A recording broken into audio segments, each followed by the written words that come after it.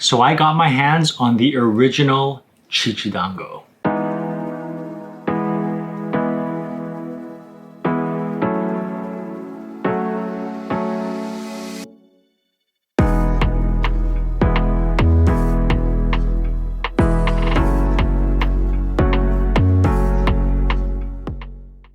Hey guys, it's Barrett. If you've seen a video or two of mine before, first of all, thank you. But you might know that I grew up in Hawaii. So today I'm going to be taking a look at some snacks in Japan that I grew up with in Hawaii and showing the Japanese versions of them. If you're not from Hawaii, which most of you are not from Hawaii, you might not know what I'm talking about, but I hope you find this interesting anyways.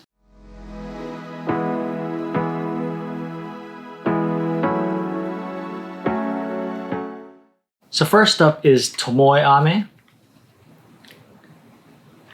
It is kind of a soft, chewy, slightly fruity candy. You can find it at little small mom and pop shops or like drugstores in Hawaii. And in this box they have, they put these stickers, just for fun. So as a kid, you would always like to get the little sticker. And the candy looks like this. It's small, wrapped in plastic. It's slightly pinkish, I want to say like a pog color, I guess. Passion orange guava, by the way. And it is wrapped inside a rice paper, which is edible and it melts in your mouth when you eat it. It says it was made in Nagoya, Japan and imported in Hawaii, but I haven't seen this in Japan, so I'm not sure if they're selling it or maybe it's under a completely different box or something. I'm not sure. The Japanese version of it, or the original version of it, is called Bontan ame. And it originated down south on Kyushu Island in Kagoshima Prefecture. It kind of was inspired by a mochi-like snack in Kumamoto, apparently. And they kind of took that and added the pomelo fruit, which is like a citrus fruit, and made it into this snack. This box has held the same design since the beginning. And it sure looks that way, but I kind of like it, right? It's got this nostalgic feel, just the same with these Tomoe ames. They're slightly bigger and they're a lot more yellow, if you can see that. And you don't even have to unwrap a plastic wrap. It's already ready to eat, so.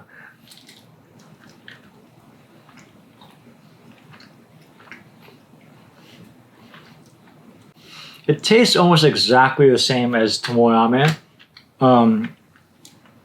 Just a slight hint of kind of citrus fruit, but very chewy, almost like a gummy taffy kind of chew to it, I guess you would call it. Yeah, it's really good. It's you can find these at like some of the daisos here, supermarkets, and this box was like 100 yen or 100 yen, so just under $1. And you get a lot more actually in here than you do in here. So if you're in Japan and you want to try this, you just go to the Daiso or your supermarket closest to you and they'll probably have this.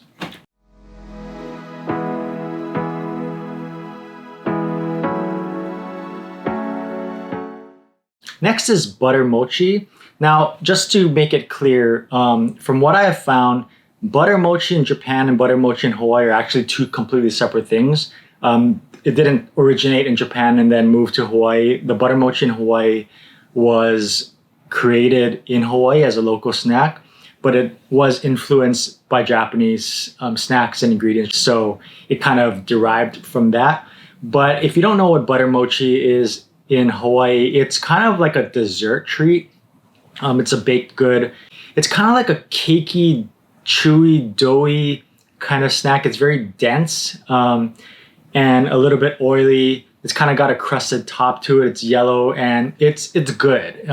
If you go to Hawaii, definitely try that. So this is Japanese butter mochi.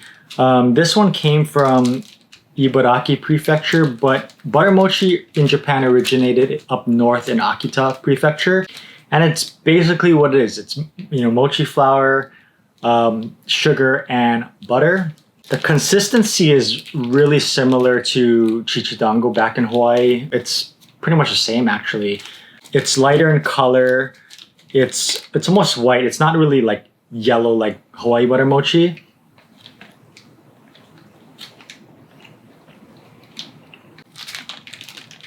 It is super good. I really like this. There's no like coconut flavor to it, or it's not milky or anything like that. It's just straight butter Chichi dango. Basically what it is. It's good. I got this at the supermarket nearby where I live. Yeah, definitely pick this up if you see this on your next trip.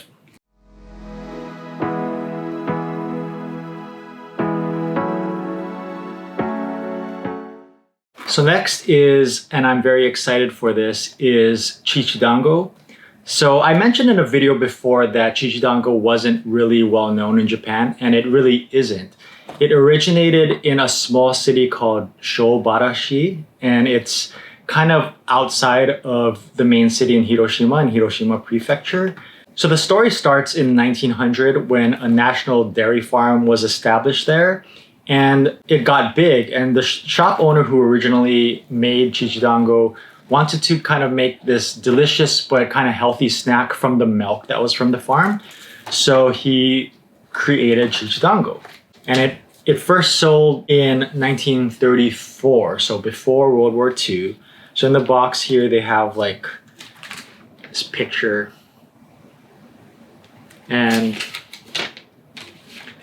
it's a story about how it started. So it's very closely tied to that dairy farm. So the original shop, which is where this is from a shop called Izumi Kowado. And there are 3 flavors.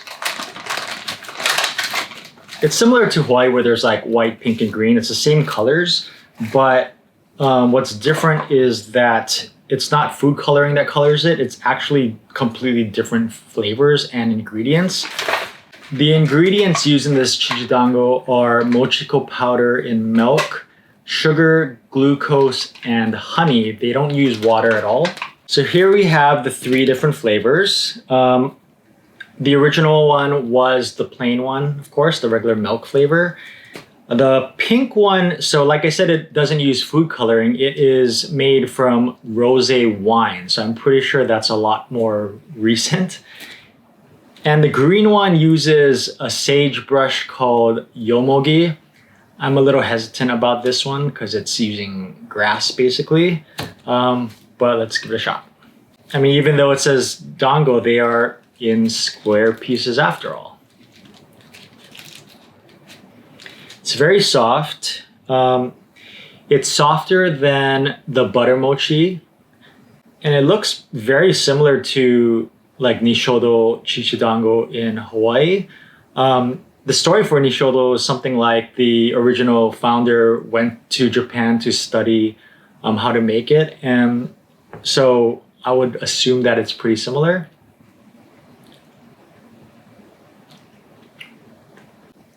It pretty much tastes exactly the same as Nishodo Chichi dango. It's very on point. It's not a strong milk flavor, but you definitely can taste it. It's very subtle. It's not overly sweet. It's still very stretchy, but it holds its shape. So next, I'm gonna try the pink one.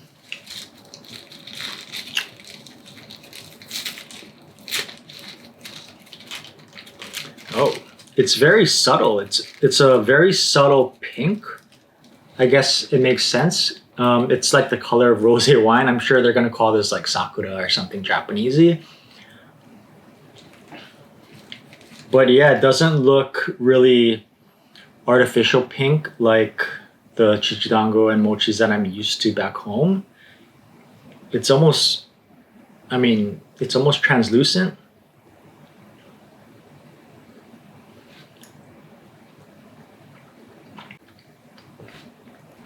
That is really good. It doesn't taste like wine, but there's definitely the slightest, most subtle hint of like a strawberry or something. Yeah, I'm a fan of this. This is really good. Next, I'm gonna try this yomogi green one. We'll see how it goes.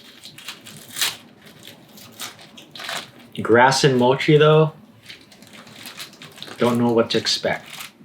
Oh, and you can actually see, the leaves, The texture is the same as the other two. It's like a translucent green. Okay.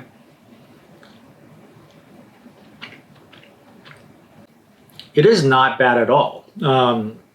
It kind of tastes like tea or something. I don't know. Like my taste isn't that great, but it's kind of like a tea flavored mochi. It's pretty good. I would definitely not mind having this if it was served as a dessert after a Japanese meal or something. I think out of the three, it's my least favorite, but it is way better than I expected it to be. I really actually like it. So yeah, that was the original Chichi dango from Izumi Kowado. Like I said, it's not really common or well known throughout Japan. I don't know if Hiroshima city people know about it. I would assume that they do, but it's from a small city in Hiroshima Prefecture, and they come in those boxes and they're individually wrapped. So I'm pretty sure that they have some for sale as like for omiyage purposes or gifting purposes. If I'm in Hiroshima again, I'll definitely go and check it out. I bought this online and they delivered it to me. But I'm very tempted to order it again because I haven't seen this in Tokyo. So yeah, it was really good. If you're in Hiroshima, definitely try to find it and pick it up because it's definitely good. It's super cool having grown up with Chichidango in the local culture in Hawaii and then being able to try the original version in Japan. That's cool.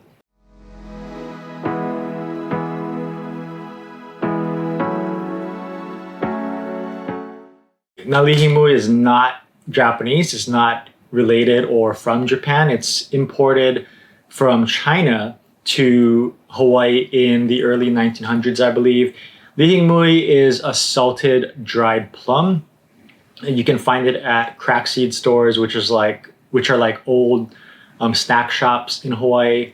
They're also packaged for drugstores, and you can still find them at the drugstore in Hawaii now. It's definitely an acquired taste. If you're not from Hawaii, you'll probably have a hard time adapting to this.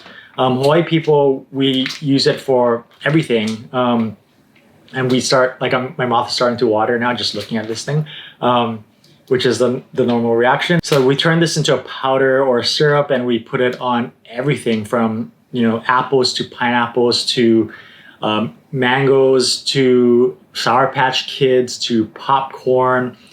We put it on shave ice. We have shave ice flavors for it. It's pretty much the most common condiment for Hawaii snacks, I would say. So there are lihimui type of snacks in the convenience stores in Japan. They're from Okinawa. I've had them. They're okay, but I found this one at a store recently, and it looked the closest to lihimui that I grew up with. So I wanted to buy it and try it. The color is a little pinkish, like a sakura type of color. It's not the typical bright red or gray that lihimui has in Hawaii. But I've never had this one before, so I'm gonna try it. It smells salty. So the seeds are pretty meaty, I would say, compared to what I'm used to seeing. Let's try it. Oh man. That is salty. Wow, that's so salty. I mean, I don't know why I'm surprised, but I guess I'm surprised because the one that I had from the convenience store from Okinawa wasn't as salty as I expected it to be. I like it just because I grew up on lihimui. I'm super happy that it's as salty as it is, but it's really salty. Like you probably could put it in, just drop this in hot water and make it into like a shiso ume tea. I think if you are from Hawaii and you see this in Japan, I think, why not try it out? If you're not from Hawaii though, I probably wouldn't recommend it. It's definitely an acquired taste, but I like it. It's good. So that's about it for me here today. This is pretty fun. I got to eat a lot of nostalgic foods. If you're interested in seeing more about my life here, living and working in Tokyo, feel free to subscribe. Also hit the bell if you want to get notifications for when I upload new videos. But otherwise, I'll put a link in the description with everything that I talked about here in case you want to see it in written form. Put a bunch of pictures in there as well. Otherwise, mahalo for watching. I'll see you in the next one. And until then, take it easy.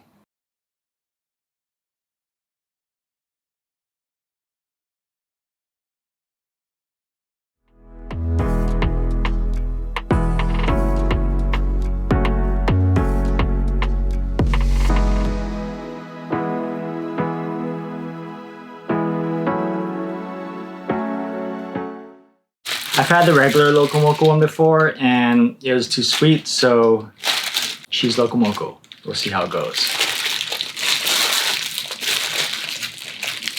It's pretty messy. There's a lot more sauce than last time I had a locomoco burger at McDonald's.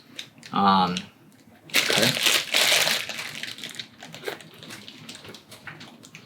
It's way better than it was before. It's not exactly like locomoco. There's like mayonnaise and stuff in it, but all in all, it's a lot more juicy with gravy and sauce. It's not sweet like it used to be. It's all around better. I think it gets a pass. It's not the same, obviously, as a good locomoco back in Hawaii, but I'll take it. It passes.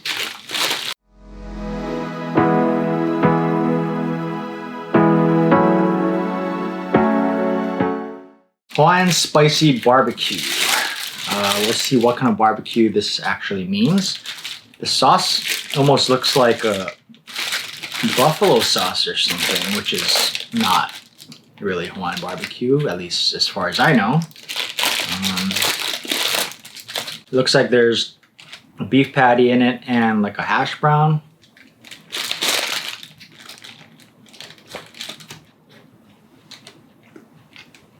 It's good, I like it, but I don't really get a sense that it's related to Hawaii at all. The sauce is a little bit spicy and it's a little bit tangy, so I mean, I guess there are some barbecues in Hawaii that have that kind of flavor, but it's completely different in this sauce. It's this thick sauce too, very bright orange. Like I said, almost like a buffalo sauce. It's good. I wish they would make it more spicy if they're gonna call it spicy. But I don't think it's really related to Hawaii at all.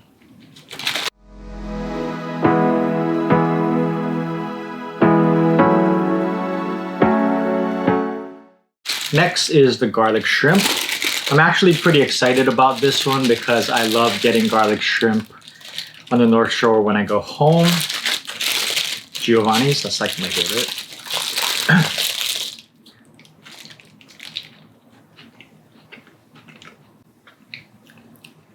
There is a slight hint of that local Hawaiian garlic shrimp flavor, the butter and the garlic. It almost seems more like a Japanese tempura, but actually no, the garlic comes in a little bit later. I'm tasting it now. It's not bad, it's pretty good. It's kind of like a filet o fish with the shrimp inside kind of a deep fried batter. It's not bad, it's pretty good. I wouldn't mind more like a stronger flavor like how it is back in Hawaii, but I think Japanese in general kind of like a little bit more subtle flavor. But it's pretty good. It gets a pass for sure.